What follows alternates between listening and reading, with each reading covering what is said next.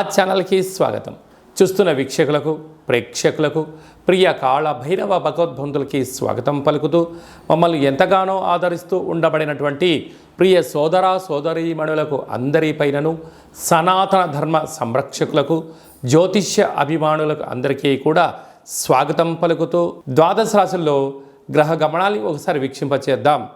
వృషభ రాశిలో కుజుడు మరియు దేవగురు బృహస్పతి సంచార స్థితి, కర్కాటక రాశిలో రవి సంచార స్థితి, సింహరాశిలో బుధ శుక్ర సంచార స్థితి, కన్యరాశిలో కేతు భగవానుడు సంచార స్థితి, కుంభరాశిలో శని భగవానుడు వక్రగమన సంచార స్థితి, మీనరాశిలో రాహు సంచార స్థితితో ద్వాదశ రాశుల్లో గ్రహ గమనాలు ఈ విధంగా ఉన్నాయి.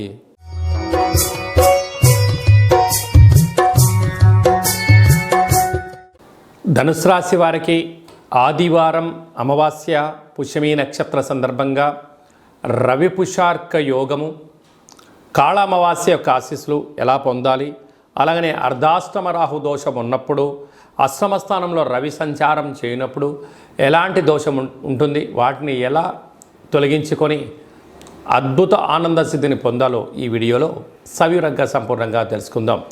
ధనుసు రాశిలో ఏ నక్షత్రాలు వస్తాయనగా పూర్వాషాఢ నక్షత్రంలోని 4 పాదాలు, మూలా నక్షత్రంలోని 4 పాదాలు, ఉత్తరాషాఢ నక్షత్రంలోని 1 పాదం కలిపితే ధనుసు రాశి అవడం జరుగుతుంది. చాలామందికి పుట్టినటువంటి కాల సమయంలో డేటా బర్త్లు లేనటువంటి కారణం వలన పేరు యొక్క మొదటి అక్షరాన్ని అనుసరిస్తూ రాసిన తెలుసుకునే ప్రయత్నం చేద్దాం.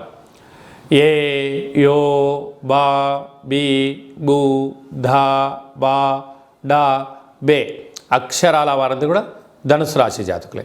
ధనుసు రాశి యొక్క అధిపతి దేవగురు బృహస్పతి కనుక వీరికి అర్ధాష్టమ రాహు, శని భగవానుడు ధనస్థానం వైపు వక్రగమన ప్రయాణం అవ్వడం, అష్టమ స్థానంలో రవి సంచార స్థితి ఉండడం వలన ఆదివారం అమావాస్య పుష్యమీ నక్షత్ర సందర్భంగా తెల్ల జిల్లెడు వృక్షానికి పూజ చేయడం, తెల్ల జిల్లెడు వృక్షం చుట్టూ ప్రదక్షిణ చేయడం, ఆ యొక్క పూజ చేసి దీపం పెట్టి ధూపదీప నైవేద్యాలు పెట్టిన తర్వాత అందులోంచి ఒక వినాయకుడు రూపం కలిగినటువంటి మొదల్ని వేరుని తీసుకుని వచ్చి బాగా కడిగి సింధూరాన్ని పూచి శ్వేతార్క వరసిద్ధి తంత్ర తాంత్రిక కాళభైరవ హోమ కార్యక్రమాన్ని చేసుకొని ఇంట్లో పెట్టుకున్నట్లయితే అద్భుతమైన ఆరోగ్యం, ఆనందం, జీవన విధానంలో మంచి మార్పులు, ఆరోగ్య సిద్ధి, ఆనంద సిద్ధి, ఐశ్వర్య సిద్ధి, అఖండ లక్ష్మీ కటాక్ష సిద్ధి కలిగి మీరు ఏదైతే అనుకుంటున్నారో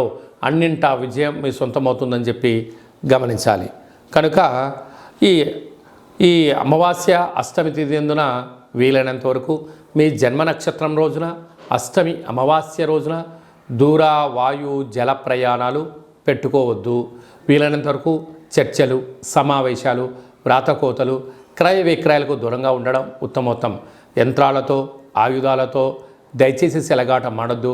ఎలక్ట్రికల్ స్టవ్ సంబంధించినటువంటి ఆయుధాలు, వాహన ప్రమాదాలు స్వల్పంగా పొంచి ఉన్నాయి, తస్మాత్ జాగ్రత్త. ఇలాంటి కాల సమయంలో పక్షులకు ఆహారాన్ని ఏర్పాటు చేయడం, కాకులకు ఆహారాన్ని ఏర్పాటు చేయడం, కుక్కలకు పదార్థాన్ని ఏర్పాటు చేయడం వలన రుణ సమస్యలు, రోగ సమస్యలు, శత్రు సమస్యలను తొలగిపోతాయని చెప్పి గమనించగలగాలి. కనుక మౌనం, ధ్యానం, సూర్య ఆరాధన, సూర్య నమస్కారాలు మీకు అదృష్టాన్ని, ఆనందాన్ని తీసుకొచ్చి పెడతాయని చెప్పి గమనించాలి. సాఫ్ట్వేర్, హార్డ్వేర్, యానిమేషన్స్, క్రియేటివిటీ రంగాలు, సేవారంగ కార్యక్రమాలు, వ్యాపార రంగ కార్యక్రమాల్లో ఉండబడిన వారందరికీ కూడా ఇది చాలా మంచి సమయం అని చెప్పి గమనించాలి. ఈ వీడియో మీకు నచ్చినట్టయితే లైక్ చేయండి, షేర్ చేయండి, మా ఛానల్ని సబ్స్క్రైబ్ చేసుకోండి.